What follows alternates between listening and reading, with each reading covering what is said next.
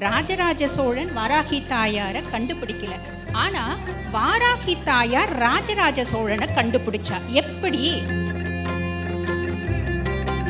இந்த காட்டுப்பன்றி எனக்கு சொன்ன நினைப்பது என்ன, எனக்கு என்ன உத்தரவு கொடுக்குது அப்படின்னு கேட்கும் போது அவங்களோட தலைமை ஜோதிடர் சொல்றாராம், அந்த காட்டுப்பன்றி வேற யாரும் இல்ல, அன்னை வாராகி. அவ உனக்கு ஒரு உத்தரவு கொடுக்குறா. வாராகி தாயாரோட வழிபாடு என்னம்மா கொடுக்கும்? எல்லாமே கொடுக்குமா. உலகத்தில் உள்ள அத்துணை யோகங்களும் போகங்களும் அத்துணை ஐஸ்வர்யங்களும் கொடுக்கும். வாராகி வழிபாடு கொடுத்துட்டாரு.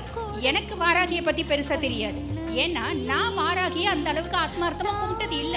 அப்ப எனக்கே நம்பிக்கை இல்லை. நான் எப்படி வழிபாடு கொடுப்பேன்? வாராகி தாயார் 8 ஸ்வரூபம் எடுத்தா. மகா வாராகி, ஆதி வாராகி, உன்மத்த வாராகி, லகு வாராகி, அஸ்வாரூட வாராகி, சிம்மாரூட வாராகி, மகிஷாசுர வாராகி, ஸ்வப்ன வாராகி. வெற்றியும் வல்லமை தந்தருளும் உன் கருணை கண்களே, ஆதியாய் தோன்றி அகிலத்தை காக்க ஜோதியாய் சுடரொளியா. வணக்கம். அடியேன் மருத்துவர் தீபா அருளாளர். இப்போ நம்ம என்ன பதிவை பற்றி, அதாவது என்ன ஒரு டாபிக் பற்றி பேச போகிறோம் அப்படின்னா, வாராகியும் நானும் அப்படின்றத பற்றி.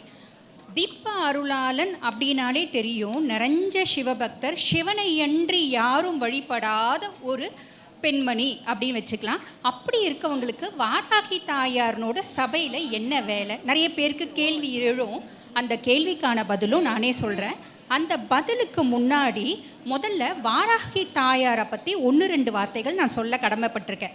ஐயா பேசும்போது சொன்னார், எப்பயுமே வாராகி தாயார்னா ராஜராஜ சோழனை பற்றி மட்டும் பேசுவாங்க, என்னமோ ராஜராஜ சோழனே வாராகி தாயாரை கண்டுபிடிச்சா மாதிரி அப்படின்னு. ராஜராஜ சோழன் வாராகி தாயாரை கண்டுபிடிக்கல. ஆனால் வாராகி தாயார் ராஜராஜ சோழனை கண்டுபிடிச்சா. எப்படி அப்படின்னா, இப்போ நம்ம ஒரு வரலாறுக்குள்ளே போவோம். ராஜராஜ சோழன் பார்த்திங்கன்னா ஆவுடையார் கோயில், பிரகதீஸ்வரர் கோயிலில் கட்டினார். கட்டுறதுக்கு முன்னாடி நம்ம எல்லாருக்கும் தெரியும், கங்கை கொண்ட சோழபுரம் அப்படின்னு சொல்லிட்டு நம்ம இந்த திருவள்ளூர், பேரம்பாக்கம், கொண்டஞ்சேரி, குமாரச்சேரி, இப்படி ஏகப்பட்ட முப்பேடு, இது அத்தனையும் பார்த்திங்கன்னா கங்கை கொண்ட சோழபுரம். சோழனோட சாம்ராஜ்யம் கண்ணு கெட்டின தூரம் வரைக்கும் சோழனோட சாம்ராஜ்யம். அங்கங்கே பார்த்திங்களான்னா ஈசனோட கோயிலை ஸ்தாபனம் பண்ணார். என்ன மாதிரி நிறைஞ்ச சிவபக்தர்களுக்கு ராஜராஜ சோழன் தெய்வமாக காட்சி கொடுப்பார். அப்படி இருக்க ராஜராஜ சோழனுக்கு ஆவுடையார் கோயிலை கட்டுறதுக்கு முன்னாடி ரொம்ப குழப்பம் இருந்துச்சு. எந்த இடத்துல ஆவுடையார் கோயிலை நம்ம கட்டணும்? அவர் என்ன பண்ணார், கண்ணு கெட்டின தூரம் வரைக்கும் அவரோட இடம். ஆக ஒவ்வொரு இடமா ரதம் எடுத்து போனார். எந்த இடத்துல நம்ம ஆவுடையார் கோயில், பிரகதீஸ்வர் கோயிலை கட்டலாம் அப்படின்னு எந்த இடமும் அவருக்கு திருப்தியாக இல்லை. அப்போ சரி, இப்போ நம்மலாம் என்ன பண்ணுறோம், ரொம்ப பார்த்திங்கன்னா விட்டேத்தியாக நம்மளுக்கு வந்துச்சு, விரக்தியாக இருந்துச்சுன்னா சினிமாவுக்கு போவோம், பீச்சுக்கு போவோம், ஒரு சிலர் கோயிலுக்கு போவாங்க. அந்த காலத்தில் ராஜன்கள் எல்லாம் என்ன பண்ணாங்க அப்படின்னா வேட்டைக்கு போவாங்களாம். அந்த மாதிரி ராஜராஜன் வேட்டைக்கு போகிறான். வேட்டைக்கு போகும்போது வழியை ஒரு பெருத்த பார்த்திங்கன்னா காற்றுப்பன்றி வழிமறித்து நிறுத்துதான். எதுக்கு நிறுத்துதுன்னு தெரியல. இவர் என்ன நினச்சாரு, வந்துச்சிடா நம்மளுக்கு ஒரு மிருகம் வேட்டையாட அப்படின்னு சொல்லிட்டு அந்த காட்டுப்பன்றி மேலே நிறைய பார்த்திங்கன்னா அம்புகளை செலுத்துறாரு. அத்துணை அம்புகளை செலுத்தியும் அந்த காட்டுப்பன்றி அவரிடம் சிக்காமல், சிறுத்தை சிக்கும் சிறுவண்டு சிக்குமா அப்படின்ற பழமொழிக்கேற்ற மாதிரி அது ஓடி ஓடி ஓடி ஓடி திரியுதான். ஒரு நேரம் வருது, ராஜராஜ சோழனை களைப்புற்று தேரை விட்டு இறங்கி ஒரு மரத்தடியில் அமர்றான். மரத்தடியில் அமர்ந்த பின்னாடியும் அந்த காட்டுப்பன்றி முன்னாடி நிற்கிதான்.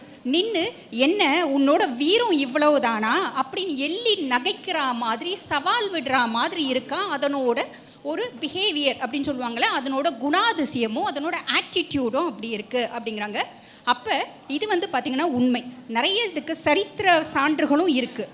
அப்போ ராஜராஜ சோழன் என்ன பண்ணுறாரு, அடடா இது நம்மளை சவால் விடுற மாதிரி நம்ம முன்னாடி நிற்குதே, அப்போ நம்ம என்ன பண்ணோம், நம்ம சோழ வம்சம் வீரத்திலும் தீரத்திலும் சிறந்தவர்கள், அதனால் நம்ம என்ன பண்ணணும், இந்த காட்டுப்பன்றியை இன்றைக்கி வேட்டையாடியே தீரணும் அப்படின்னு ஒரு சபதம் எடுத்துட்டு அது பின்னாடி ஓடுறாரு. பின்னாடி தேரில் போகிறாரு, ஓடுறாரு. அந்த காட்டுப்பன்றி எப்பயுமே சிக்கவே இல்லை. பல மணி நேரங்கள் கடந்து விட்டுச்சு. அதுக்கப்புறம் என்னாச்சு, அந்த காட்டுப்பன்றி ஒரு வெட்ட வெளியில் போயிட்டு அந்த மண்ணை நோண்டுதான், காலை வச்சு அந்த மண்ணை நோண்டி நோண்டி மூக்குனால அந்த மண்ணை வந்து பார்த்திங்கன்னா ஆழமாக நோண்டி அவருக்கு வந்து பார்த்திங்கன்னா எதையோ உணர்த்துது, காலை தட்டி தட்டி உணர்த்துதான். அப்போ ராஜராஜ சோழனுக்கு புரியல, என்ன இந்த காட்டுப்பன்றி சொல்ல வருது. திருப்பி என்ன பண்ணுது, நோண்டுது, தட்டுது, திருப்பி அவர் முன்னாடி வந்து நிற்கிது, திருப்பி வருது, திருப்பி நோண்டுது, திருப்பி தட்டுது, திருப்பி முன்னாடி வந்து நிற்கிது.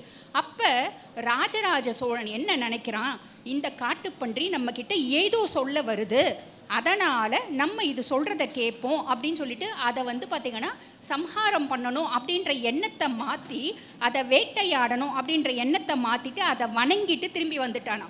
திரும்பி வந்து அரண்மனையில் ஜோதிடர்களை கேட்குறான், ஆருடம் கேட்குறான். இந்த காலத்தில் பிரசன்னம் மாதிரி அந்த காலத்திலே இருந்துச்சு. அப்போ கேட்குறான், இந்த காட்டுப்பன்றி எனக்கு சொன்ன நினைப்பது என்ன, எனக்கு என்ன உத்தரவு கொடுக்குது அப்படின்னு கேட்கும்போது அவங்களோட தலைமை ஜோதிடர் சொல்கிறாராம், அந்த காட்டுப்பன்றி வேற யாரும் இல்லை, அன்னை வாராகி, அவள் உனக்கு ஒரு உத்தரவு கொடுக்குறா.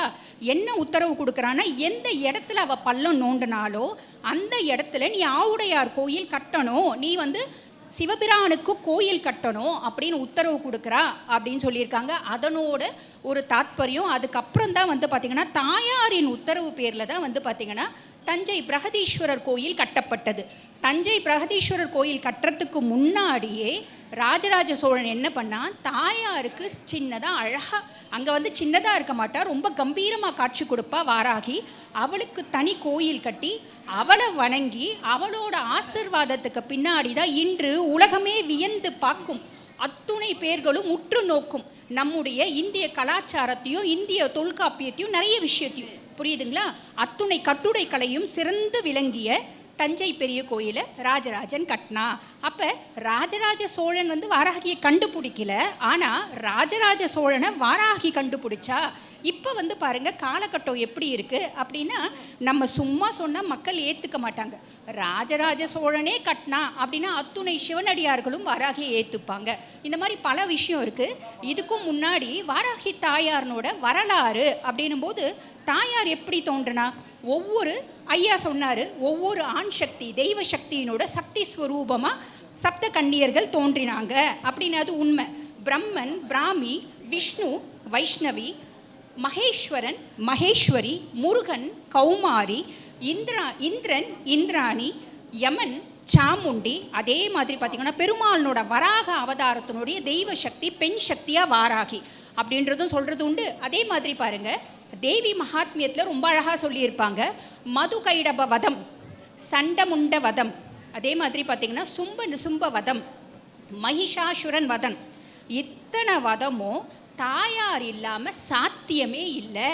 ஏன்னா லலிதா பரமேஸ்வரின் படைத்தலைவியாக விளங்கிய வாராகி அவளோட சமயோஜித புத்தினாலையும் அவளோட புத்தி கூர்மையினாலையும் அவளோட ஆக்கிரமிப்புக்கூடிய தன்மையினாலையும் அத்துணை வீரத்தினாலையும் இத்துணை வதத்தையும் வந்து பார்த்திங்கன்னா நிகழ்த்தினா அப்படின்றது தேவி மகாத்மியம் ரொம்பவே தெளிவாக சொல்லியிருக்கு. சரி, இன்னும் வாராகியை பற்றி சொல்லணும் அப்படின்னா நிறையவே சொல்லலாம். வாராகி தாயாரோட வழிபாடு என்னம்மா கொடுக்கும், எல்லாமே கொடுக்கும்மா. உலகத்தில் உள்ள அத்துணை யோகங்களும் போகங்களும் அத்துணை ஐஸ்வர்யங்களும் கொடுக்கும். அதுக்கும் மேலே உனக்கு தெளிவான சிந்தனையும் ஞானத்தையும் புத்தி கூர்மையும் கொடுக்கும். உனக்கு புத்தி ஒன்று இருந்துட்டா போதும், நீ உலகத்தில் எதை வேணால் சாதிச்சிடலாம். புத்தி இல்லை அப்படின்னா கோடான கோடி செல்வம் இருந்தோ நம்மளால் பயன்படுத்த முடியாது இல்லைங்களா. சரி, அப்படிப்பட்ட வாராகிக்கும் எனக்கும் என்ன சம்பந்தம்? நான் ஈசனை தவிர யாரையுமே கும்பிட மாட்டேன். அம்பிகையே பிருங்கி மகரிஷி மாதிரி புறம்பா தள்ளி வச்சு ஈசனை வழிபாடு பண்ண ஒரு மனுஷி நான். அப்படி இருக்கும்போது இப்போ நான் அம்பிகையும் சேர்த்து கும்பிடுறேன், அது வேற யாக. அப்படி இருக்கும்போது வாராகி என்னோட வாழ்க்கையில் எப்படி வந்தா அப்படின்னம்மா, நான் வந்து பாருங்கள் இது ஒரு 6 வருஷத்துக்கு முன்னாடி நடந்த கதை. எனக்கு நேரம் ரொம்ப கம்மியாக இருக்கிறதுனால ரொம்ப கம்மியாக உங்களுக்கு ரொம்ப சுருக்கமாக சொல்லிடுறேன். அதாவது 6 வருஷத்துக்கு முன்னாடி ஒரு அம்மா வராங்க ஜோதிடம் பார்க்க வரும்போது அந்த அம்மா அந்த பையனுக்கு, அதாவது அந்த அம்மாவுக்கு ஒரே பையன், அந்த பையனோட ஜோதிட புக்கை கொண்டு வந்து கொடுக்குறாங்க. அம்மா, இந்த பையனை பற்றி கொஞ்சம் சொல்லுங்கள், இந்த பையன் வாழ்க்கையில் எப்படி இருப்பான்னு சொல்லுங்கள். அந்த பையனோட ஜாதகத்தை பார்க்கும்போது பையனோட ஜாதகம் ரொம்ப நல்ல ஜாதகம் தான், ஆனால் தற்சமயம் அவனோட நேரமும் காலமும் சரியில்லை. ராகு தசையில் இருக்கான். இங்கே எத்தனையோ ஜோதிடர்கள் இருக்கீங்க, ராகு தசையில் இருக்கான். ராகு வந்து பார்த்திங்கன்னா அஷ்டமஸ்தானத்தில் இருக்கான்.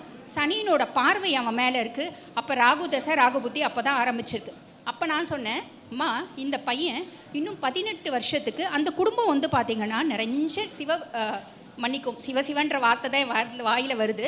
பெருமாள் பக்தி நிறைஞ்ச குடும்பம். அவங்க வந்து பார்த்திங்கன்னா ஆந்திரா நிறைய வந்து பார்த்திங்கன்னா பெருமாளை வழிபாடு பண்ணுறவங்க. அப்போ பெருமாளை வழிபாடு பண்ணுறவங்க, ரொம்ப இறை வழிபாடு இருக்க குடும்பம், ரொம்ப நேர்மையானவங்க, நாணயமானவங்க. அந்த அம்மா கிட்ட கேட்குறாங்க, அம்மா அந்த அம்மா சொல்கிறாங்க, அம்மா இந்த பையனோட வாழ்க்கையை கொஞ்சம் நல்ல தெளிவாக சொல்லுங்கம்மா. நான் சொன்னேன், அம்மா இந்த பையன் உங்கள் குடும்பத்தினோட மானத்தை கப்பல் ஏற்றிடுவான், அவனுக்கு பல தீய சவகாசங்கள் வரும், அவனை விட வயது மூத்த பெண்களோடு அவன் தொடர்பில் இருப்பான், அதுக்கும் மேலே போதை வஸ்துக்களுக்கு ஆளாவான். அந்த போதை வஸ்துக்கள் அப்படின்றது அது கஞ்சாவானா இருக்கலாம், சின்ன குழந்தைங்கள்லாம் இருக்கீங்க, பட் இருந்தாலும் சொல்கிறேன், அது கஞ்சாவானா இருக்கலாம், ஆல்கோஹாலாக இருக்கலாம், இந்த மாதிரி எல்லாம் இருக்கும்மா. ஆக மொத்தம் இந்த பையனை திருத்துறது நீங்கள் ரொம்ப கஷ்டம், கடவுளை வழிபாடு பண்ணுங்கள், நல்லதே நடக்கும் அப்படின்னு நான் சொல்கிறேன். அந்த அம்மா சொல்கிறாங்க, இல்லைம்மா நீங்கள் சொன்னது அத்துணையும் கரெக்டு, இன்னும் நான் நிறைய சொன்னேன், நான் இங்கே சொல்ல விருப்பப்படல. அப்போ அந்த அம்மா சொல்கிறாங்க, நீங்கள் சொன்னது அத்துணையும் கரெக்டுமா, இந்த பையன் வந்து பார்த்திங்கன்னா ஒன்று திருந்தி வாழணும், இல்லை இந்த பையன் எங்களுக்கு வேண்டாம், அதுக்கு ஏதாவது ஒரு பரிகாரம் சொல்லுங்கம்மா. ஏம்மா வாழ்க்கைக்கு வாழறதுக்கு தான் பரிகாரம், இந்த பையன் செத்துட்டா பரவாயில்ல அப்படின்னு சொல்கிறாங்க அந்த அம்மா. அப்போ ஒரு தாயினோட மனசு எந்த அளவுக்கு வேதனைப்பட்டிருக்கோம் அப்படின்னு பாருங்கள். அப்போ நான் சொன்னேன், அன்னைக்கு கரெக்டாக சனிக்கிழமை, நான் சொன்னேன் எனக்கு எப்பயுமே எப்போ பரிகாரம் சொல்ல தெரியலையோ நான் என்ன பண்ணுவேன், இன்று போய் நாளை வா என்று அனுப்பிய தயாளு ராமன் சொல்லுவாங்க பார்த்தீங்களா, அந்த மாதிரி அம்மா இன்றைக்கி போங்க நீங்கள் திங்கக்கிழமை வாங்கன்னுவேன், எத்தனை வாரம் அப்படின்னாலும் திங்கக்கிழமை தான் வாங்கன்னுவேன், அந்த மாதிரி திங்கக்கிழமை வாங்க அப்படின்னு சொன்னேன். ஆனால் நான் நினச்சேன் அந்த அம்மா வரமாட்டாங்கன்னு. அந்த அம்மா வந்தாங்க. திங்கக்கிழமை வீட்டிலேருந்து வர்றதுக்கு முன்னாடி, ஏன்னா எனக்கு என்ன பரிகாரம் கொடுக்கறதுன்னு தெரியல, என் ஈசன்கிட்ட உத்தரவு கேட்குறேன். என் ஈசன் சொல்கிறாரு, தசமகா வித்யாக்களனோட பேர் எழுதி போடுறேன், அதே மாதிரி பைரவரோட பேர் எழுதி போடுறேன், ஹனுமனோட பேர், முருகனோட பேர், அத்துணை பேரும் எழுதி போட்ட பின்னாடியும் வாராகியினுடைய பேரும் எழுதி போடுறேன். அப்போ ஈசன் கொடுத்த உத்தரவு என்ன அப்படின்னா வாராகி வழிபாடு. வாராகி வழிபாடு கொடுத்துட்டாரு. எனக்கு வாராகியை பற்றி பெருசாக தெரியாது, ஏன்னா நான் வாராகியை அந்த அளவுக்கு ஆத்மார்த்தமாக கும்பிட்டது இல்லை. அப்போ எனக்கே நம்பிக்கை இல்லை, நான் எப்படி வழிபாடு கொடுப்பேன்? சரி ஈசன் சொல்லிட்டான், ஏன் ஈசன் சொல்லிட்டான், எனக்கு எல்லாமும் இருக்கிறவன் சொல்லிட்டான், அதனால் நம்ம வாராகியை கொடுக்கலாம் அப்படின்னு அந்த அம்மா வந்த பின்னாடி வாராகி தாயாரோட வழிபாடு கொடுத்தேன். என்ன வாராகி தாயாரோட வழிபாடு கொடுத்தேன் அப்படின்னா ஸ்வப்ன வாராகி தாயாரோட வழிபாடு கொடுத்தேன். வாராகி தாயார் 8 ஸ்வரூபம் எடுத்தா. மகா வாராகி, ஆதி வாராகி, உன்மத்த வாராகி, லகு வாராகி, அஸ்வாரூட வாராகி, சிம்மாரூட வாராகி, மகிஷாசுர வாராகி, ஸ்வப்ன வாராகி. அந்த ஸ்வப்ன வாராகினோட தாயார் அதிசீக்கிரம், அந்த தாயாரினோட வழிபாடு அதிசீக்கிரம் அதிபயங்கர பலன்களை தரக்கூடியது. அப்போ அந்த ஸ்வப்ன வாராகி தாயாரோட மந்திரத்தை கொடுத்தேன்.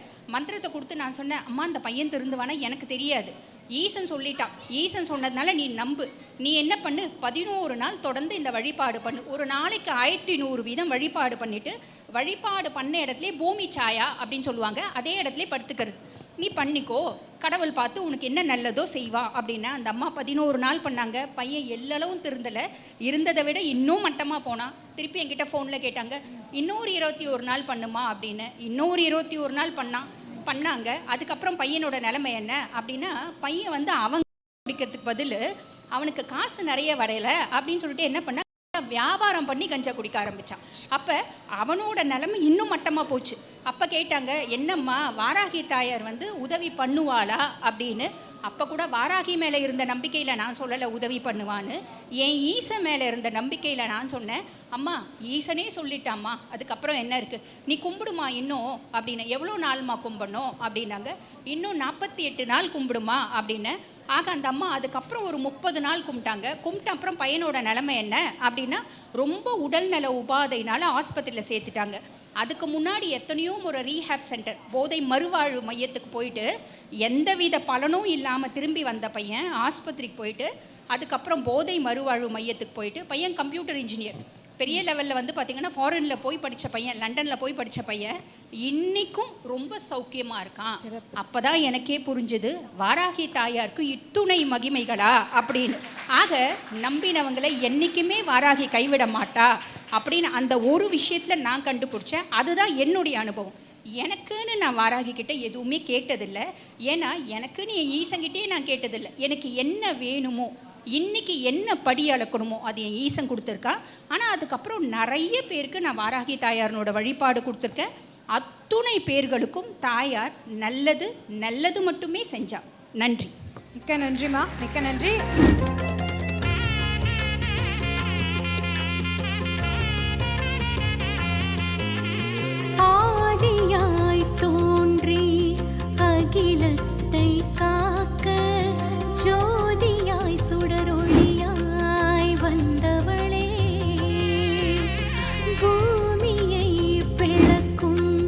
பண்